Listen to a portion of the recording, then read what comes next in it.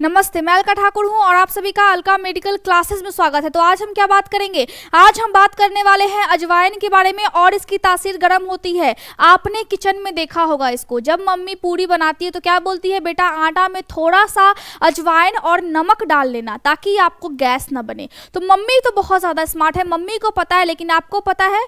आपको पता शायद नहीं होगा। अजवाइन देखिए ऐसा होता है और अजवाइन का जो रंग होता है वो हल्का सा ग्रीन टाइप का होता है या फिर हल्का ब्राउन टाइप का होता है। लेकिन एक और चीज होती है जो बिल्कुल अजवाइन के जैसी होती है। कौन है वो है जीरा। जीरा को हम अंग्रेजी में क्या बोलते हैं? क्यूमिन बोलते हैं। ये जो जीरा है ये हल्का सा शार्प टाइप का होता है, लेकिन अजवाइन हल्की सी छोटी होती है, मतलब इसकी छोटी बहन, समझ लीजिए छोटी बहन, ठीक है। अब अजवाइन को अंग्रेजी में हम क्या बोलते हैं? इसको अंग्रेजी में हम बिशॉप्स वीड बोल सकते हैं, कैरम सीड बोल सकते हैं, और क्या बोल सकते हैं? एक और चीज बोल सकते हैं, क्या बिल्कुल बोल सकते हैं, अजोवन,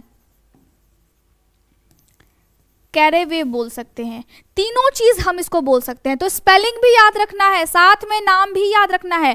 जीरा को हम क्या बोलते हैं? क्यूमिन बोलते हैं। अब अजवाइन में होता क्या है ऐसा जो हमारे बॉडी के लिए बहुत ज्यादा अच्छा है? आप आज जाओगे किचन में और एक हाथ में अजवाइन, एक हाथ में जीरा, दोनों को रखना है और दोनों को आपको डिफरेंसेस देखने हैं, टेस्ट कैसा है।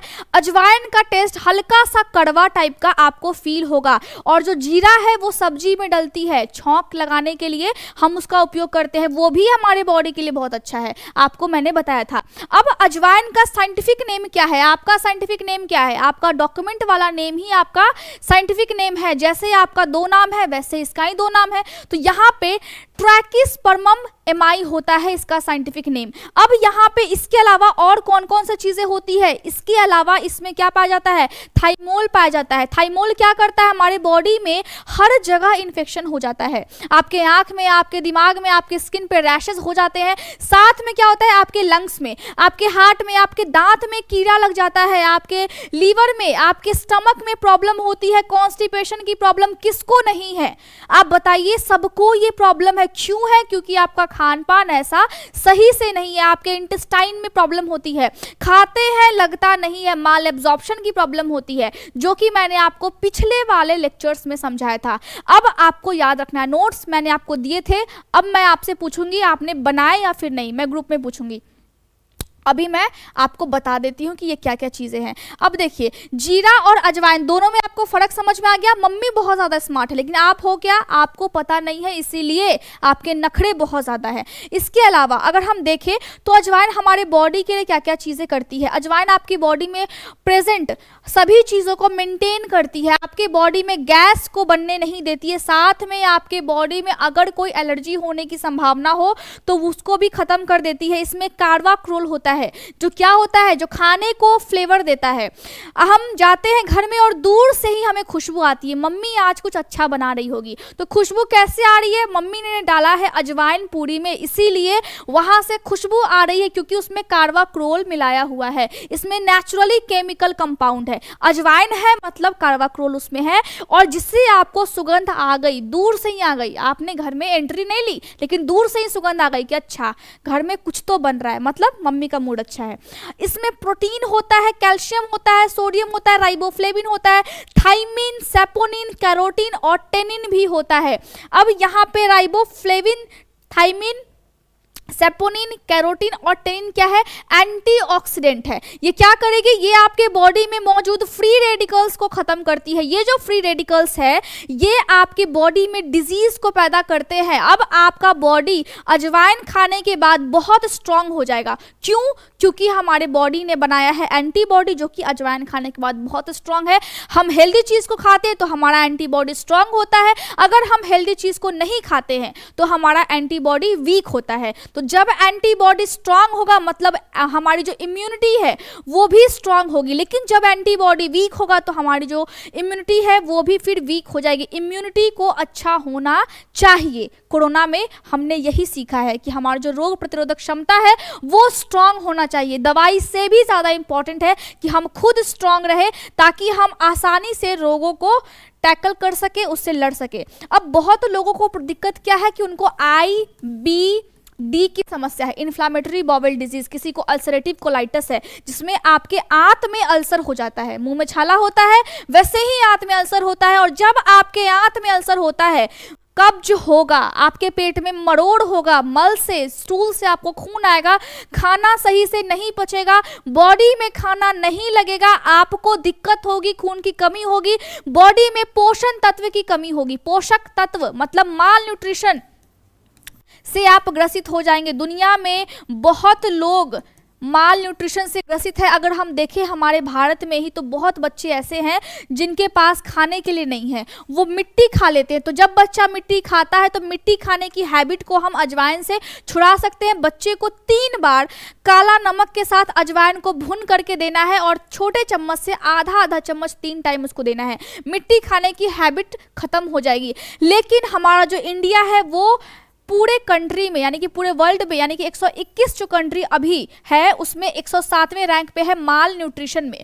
क्यों है? अभी इसकी स्थिति उतनी ज़्यादा अच्छी नहीं है, लेकिन हमें याद रखना है कि हम अपने आप को इतना स्ट्रांग बनाएं कि हम दूसरों की हेल्प कर पाए। अगर दूसरे की आप मदद नहीं कर पाते हो तो कम से कम आप बिहेव अच्छा रखो, क्योंकि जो आपका बिहेव है वो उसका कोई आर्थिक वो कोई बेनिफिट हो या ना हो, कुछ भी आर्थिक बेनिफिट हो या फिर ना हो, लेकिन वो जो आपका बिहेव है, अच्छा बिहेव, उससे आप करोड़ों दिलों को खरीदने की शक्ति रखते हो। तो अगर आपका बिहेव अच्छा है, आप किसी की मदद नहीं भी कर पा रहे हैं, आप उतना ज़्यादा एबल नहीं भी है तो चलेगा, लेकिन आपके पास सब कुछ है और आपका बिहेव अच्छा नहीं है तो बिल्कुल भी नहीं चलेगा। ये जो है वो बिल्कुल ही गलत है। हमें अपने आप को इतना स्ट्रांग, इतना कामयाब बनाना है कि हम दूसरों की मदद कर पाए, एटलीस्ट कर पाए, क्योंकि हमें देख करके अच्छा नहीं लगता है कि हमारे ही देश में बहुत सारे बच्चे माल न्यूट्रिशन से ग्रसित है। बहुत दिक्कत है, बहुत ज़्यादा ही मजबूरी होती है जिसमें बच्चे को खाना नहीं मिलता है, बच्चा कुछ भी खा लेता है, उसको पता नहीं है क्योंकि उसकी वो मजबूरी है। वो गंदी चीज़ों को भी उठा करके खा लेता है, अगर उसको पता होता भी है कि इसमें कोई दिक्कत है, कोई बीमारी हो जाएगी या फिर कुछ भी इन्फेक्शन हो जाएगा, तभी भी वो खा लेता है, क्योंकि उसकी जो भूख है वो बर्दाश्त नहीं कर पाता है। और अगर हम ऐसे लोगों का जो मदद है वो अगर नहीं कर पाते हैं तो हमें मजाक भी नहीं बनाना चाहिए। हमें अपने आप को ये समझाना है, सिखाना है और दूसरों को भी, या तो हम कामयाब बने या फिर अगर हम उतने ज़्यादा एबल नहीं हो पाते हैं तो हम उनका मजाक भी ना बनाएं। बहुत लोग होते हैं जो मजाक बनाते हैं। अब इसके अलावा जो बच्चे पेशाब करते हैं बिस्तर पे, चलिए जो बच्चे पेशाब करते हैं बिस्तर पे, उनको भी काला नमक और अजवाइन को भून करके दिन में 3 बार हल्का गर्म पानी के साथ देना है। बच्चे बिस्तर पे अधिक पेशाब नहीं करेंगे, ठीक है। अब यहाँ पे देखिए, अजवाइन जो है वो आपका वेट लॉस में भी मदद करता है। अब वेट लॉस में मदद करता है, आपको सुबह सुबह रात में भिगो करके अजवाइन को रखना है, थोड़ा सा 1 चम्मच या फिर 2 चम्मच सुबह सुबह उसको गर्म पानी के साथ, हल्का गर्म पानी के साथ खाली पेट पीना है। आपका वजन में कमी आएगी, लेकिन मैं ये नहीं बोल सकती हूँ कि वजन अचानक से कम हो जाएगा। कोई भी चीज़ का रिजल्ट आपको धीरे धीरे मिलता है। जब आप पढ़ते हो उसका भी रिजल्ट आपको धीरे धीरे मिलेगा। आपको स्टार्टिंग में लगेगा बहुत ज़्यादा मुश्किल है, नहीं हो पाएगा मेरे से मेडिकल लाइन संभल ही नहीं पाएगा, लेकिन संभल पाएगा। आप सीखो और आप सीखते रहो, आप देखो एक दिन आप क्या बन जाते हो। अगर आपको पिंपल की प्रॉब्लम है तो अजवाइन का पेस्ट, अजवाइन को पीस ले और साथ में उसमें हल्का सा 2-3 बूंद नींबू का रस मिला ले और इस पे लगा ले। लेकिन हमेशा याद ये रखना है कि अगर आपकी बॉडी में खून गंदा हो जाता है, कब होता है गंदा? जब ऑक्सीजन का लेवल बॉडी में कम हो जाता है, आपके खून में कम होता है। कब कम होता है? जब आप खान पान सही से नहीं रखते हो।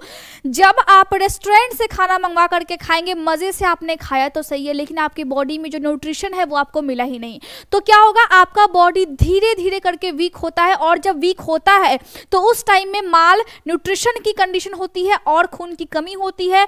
बॉडी में, ब्लड में आपका वेस्ट ज़्यादा होगा, क्योंकि आपको कॉन्स्टिपेशन भी हो जाता है, स्किन पे रैशेस भी होने लगते हैं, तरह तरह की प्रॉब्लम्स होते हैं। तो प्रॉब्लम्स अगर नहीं चाहिए तो आपको याद रखना है कि आपको हेल्दी चीज़ें खानी है। ये सब चीज़ आपके लिए बहुत अच्छा है। मैं हमेशा बोलती हूँ कि अगर आप कोशिश करते हो कोई भी चीज़ के लिए, स्टार्टिंग में आपको मुश्किल आएगी, लेकिन बाद में आपको ये बहुत इजी, बहुत ज़्यादा कंफर्ट के साथ आप उसको कर पाओगे। तो इसीलिए हेल्दी चीज़ को अपनाएं। और जो भी फास्ट फूड है ये हमारी संस्कृति नहीं है, जो फास्ट फूड है वो हमारी नहीं है। जो हमारा खान पान है, जो हमारे हिंदुस्तान का खान पान है वो बहुत अच्छा है, वो हमारे हेल्थ के लिए बहुत ज़्यादा अच्छा है। हम अपने देश के लिए जिएंगे, हम अपने देश की संस्कृति को अपनाएंगे, ना कि बाहर की संस्कृति को। हम थोड़ा बहुत मॉडिफिकेशंस कर सकते हैं अपने सहूलियत के अनुसार, लेकिन उतना ज़्यादा जो हमारे लिए अच्छा नहीं है उसको अपनाना बिल्कुल भी बुद्धिमता की बात नहीं होगी। तो यहाँ पर देखिए मैंने आपको बता दिया कि किस किस कंडीशन में आप अजवाइन का सेवन कर सकते हो, लेकिन जो प्रेग्नेंट लेडी होती है, जो बच्चों को दूध पिलाती है, वो अजवाइन का सेवन ना करे। कोई भी चीज़ का सेवन नहीं करना है। अगर आप प्रेग्नेंट हो, अगर आप दूध पिलाती हैं, तो उस कंडीशन में आपको नहीं करना है। आपको अपने डॉक्टर से पूछ करके ही कोई भी चीज़ खानी है, चाहे वो नेचुरल चीज़ें हो या फिर वो केमिकल वाली चीज़ें हो। तो मैं समझती हूँ कि आज मैंने आपको बता दिया है, इसके नोट्स आपको खुद से बनाने हैं। टॉपिक बहुत छोटा है, बहुत ज़्यादा छोटा है। डिस्क्रिप्शन में इंस्टाग्राम का लिंक भी है, लिंक्डइन का भी है, ट्विटर का भी है, सब कुछ का है, क्योंकि मैं पहले डालती नहीं थी लेकिन अब मैं डाल देती हूँ, क्योंकि आपको मिलता ही नहीं है, खोजने से आप नहीं खोज पाते हो।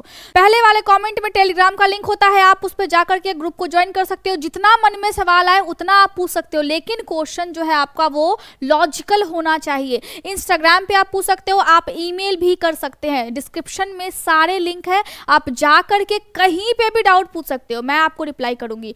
थोड़ा सा लेट हो सकता है लेकिन मैं आपको रिप्लाई करूंगी और आपको मैं बताऊंगी। अगर आप स्टूडेंट हो, अगर आप चाहते हो, तो बहुत जल्द ही जीएनएम के लिए कोर्सेज आ रहे हैं और आप निश्चिंत से सारे सब्जेक्ट्स को लाइन टू लाइन एकदम चैप्टर वाइज मैं आपको पढ़ाऊंगी। और अभी आपको पढ़ने के बाद आपको सारी चीजें इतनी ज्यादा आसान लगेंगी कि आप पूछो मत।